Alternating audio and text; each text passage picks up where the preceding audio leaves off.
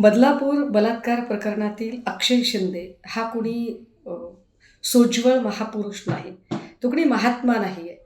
त्यामुळे त्याला फाशीची शिक्षा व्हायलाच हवी. पण फाशीची शिक्षा होताना एक कायद्याची प्रक्रिया असते, ती फॉलो केली पाहिजे.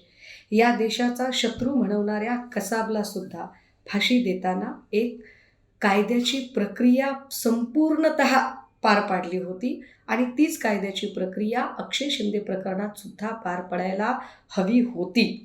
मात्र अक्षय शिंदेचा अशा पद्धतीनं एन्काउंटर हे एका अर्थाने बदलापूर प्रकरणातलं सत्य बाहेर येण्याआधीच त्याला दडपून टाकण्याचा प्रयत्न केला गेला आहे. या सगळ्या प्रकरणाच्या निमित्ताने काही प्रश्न निर्माण होतात. प्रश्न क्रमांक 1, हैदराबाद बलात्कार प्रकरणाच्या नंतर ज्या 4 बलात्काऱ्यांचा एन्काउंटर झाला, त्यात जी स्वसंरक्षणाची स्क्रिप्ट वाचली गेली, तीच स्क्रिप्ट, तेच स्वसंरक्षणाचा बनाव बदलापूर प्रकरणातही केला गेला आहे. हे फार उल्लेखनीय आहे. क्रमांक 2, अक्षय शिंदे जर इतका हिंस्त्र आणि गुन्हेगारी प्रवृत्तीचा होता, तर त्याला ने-आण करताना पुरेशी काळजी पोलीस कर्मचाऱ्यांनी का घेतली नाही? क्रमांक 3, अक्षय शिंदेला दोन्ही हातात बेड्या असताना पोलिसांच्या कमरेचा पिस्तूल काढून पोलिसांवर फायर करणं शक्य आहे का?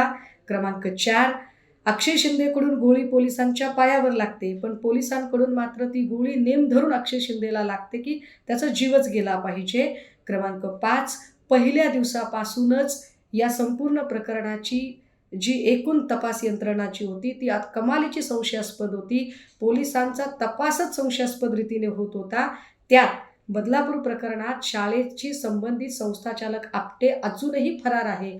त्याला अटक का केलं गेलं नाही? या सगळ्या प्रकरणाची, या सगळ्या प्रश्नांची उत्तरं पोलिसांनी दिलेली नाहीत. सबब या प्रकरणात हलगर्जीपणा करणारे हे सगळे जे पोलीस कर्मचारी आहेत, ते तात्काळ निलंबित व्हायला हवेत.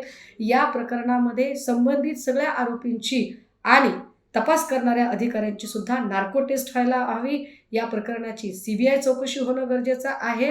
आणि आता तरी सत्तेचा मोह सोडून थोडी तरी कायद्याची चाड म्हणून, कारण म्हातारी बेल्याचे दुःख नसते पण काळ सोकावतो, म्हणून तरी देवेंद्रजी राजीनामा देणार आहात का तुम्ही?